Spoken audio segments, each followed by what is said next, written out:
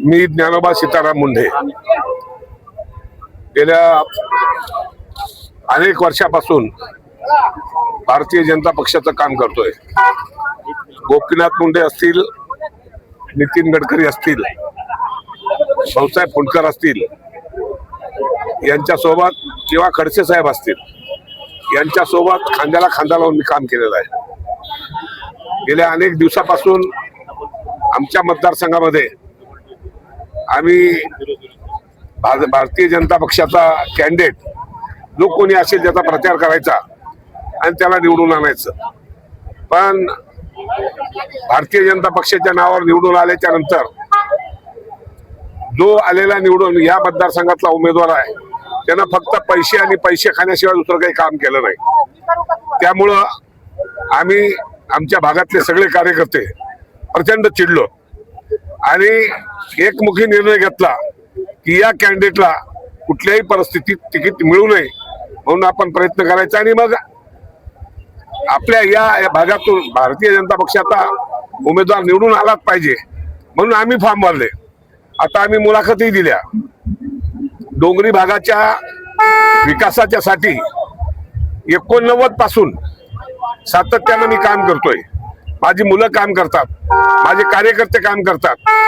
मी प्रत्येक गावामध्ये डोंगरी परिषदेची शाखा काढलेली आहे। त्या भागातले रस्त्याचे प्रश्न असतील, विजेचे प्रश्न असतील किंवा पिण्याच्या पाण्याचे प्रश्न असतील, शेतीचे प्रश्न असतील, जे कुठले प्रश्न असतील, शिक्षणाचे प्रश्न असतील, आरोग्याचे प्रश्न असतील, या प्रश्नांच्या संदर्भात सातत्याने मी चळवळ करतोय। ते प्रश्न शेतकऱ्याचा विमा असेल किंवा शेतकऱ्याला इथून पुढं आज जो विमा मिळतोय किंवा आज जी पेन्शन मिळते शेतकऱ्याला ते मी गेल्या 10-15 वर्ष सातत्याने झगडून या सेंट्रल गव्हर्नमेंटच्या नजरेत आणून दिले की शेतकऱ्याला पैसे मिळाले पाहिजे दर महिन्याला।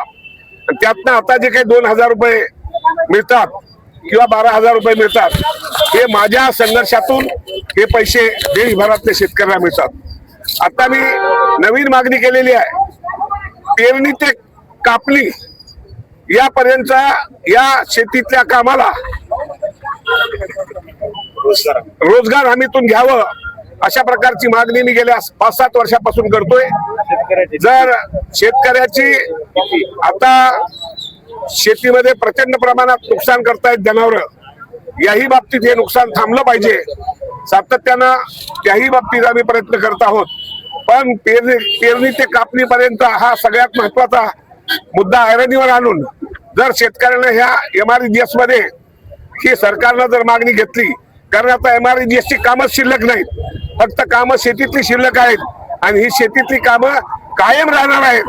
म्हणून पेरणी ते कापणी हा महत्वाचा मुद्दा सरकारनं घ्यावा। उद्या जिल्हा परिषद मध्ये निवडून आल्याच्या नंतर हा मुद्दा मी ऐरणीवर आणून जिल्हा परिषद मध्ये ठराव घेऊन हा या प्रश्नाला वाचा फोडण्याचा प्रयत्न करीन आणि या भागातल्या लोकांना न्याय देईन। धन्यवाद।